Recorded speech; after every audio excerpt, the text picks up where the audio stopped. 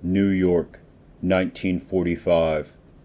American troops are on the way back from mogging just about everybody in World War II, and millions of corn-fed damsels waiting back stateside are ready to consummate months of quadruple-stamped letters for a horizontal reunion. It was out of this fertile fervor that Don Reinhoudt sprang forth. The legend I just made up has it that he burst from the womb javelining his umbilical cord at 320 pounds and 6'3". Tragically, Fredonia Hospital did not keep detailed enough records to verify this theory. What we do know is that Don was a prolific high school athlete. He made All-League in baseball and All-Western New York in football and shot put. Upon graduation, Don made his western way to the corn maze that is Iowa and matriculated to Parsons College, where he was a linchpin on the football and track teams. It was during his tenure at Parsons that Don discovered Olympic weightlifting, competing in the 1967 Junior Nationals upon graduation. 2 years later, Don quit jerking around and flopped down on a bench to take up some powerlifting. This was a period when the sport was fresh out of its infancy. Reinhoudt idolized forefathers like John Cole, John Cuck, and Jim Williams, who at the time were still competing. In fact, Reinhoudt shared the podium with Cuck and Williams at the 1972 AAU World Championships. His 2150 total earned him third. The next year he took the title, defending it an unprecedented 3 times thereafter. Don was the only super heavyweight to hold IPF world records in all 3 lifts and the total simultaneously. He went on to total 2420 on paper, which is downgraded to 2391 after the plates were weighed.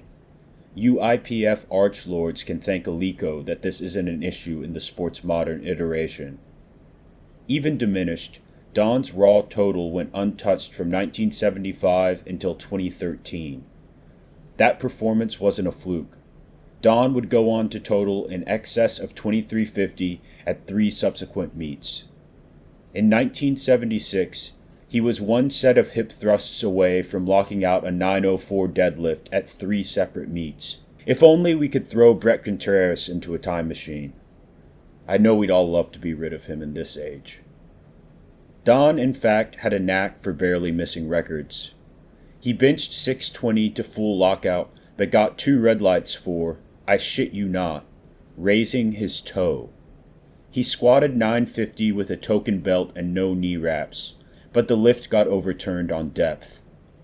Nonetheless, his legitimate 934 squat, 607 bench, and 900 deadlift demonstrated a well-roundedness that stood without compare among super heavyweights until the recent coming of our beef lord and squatting savior Jesus Olivares. At peak bulk, Don stood a hair shy of 6'4" and weighed in at 380. He sported a 22-inch neck, 60-inch chest, and 34-inch thighs. His forearms measured 18.5, bigger than 99% of gym bros will ever hope to grow their biceps. Don's guns came in a hair under 23 inches. Unfortunately, all that mass tightened his chest and limited his breathing. Health concerns drove him to retire from powerlifting after claiming his 4th IPF World Championships. He cut down from 365 to 239 in 4 months on a protocol that probably resembled the snake diet. I hope that rate of loss serves as a gag for all of you keyboard warriors claiming 15% and whining about diet fatigue. The extremity of the diet did prompt Don to turn down his invitation to the 1977 World's Strongest Man. He set his eyes on the 1998 installment and competed in one last powerlifting meet during prep, setting 4 world records in the 275 weight class on a literal whim. Later that year, Don led through the entirety of World's Strongest until the final tug of war, where he was displaced by a staunch yank from Bruce Wilhelm. That yank earned Wilhelm his 2nd and final title. Don returned in 1979 to claim the title over a brash 25-year-old Wisconsinite whose episode of Strength Stories will be months in the making. Don limped into the next year's competition with a damaged hamstring and tore his bicep on the log lift.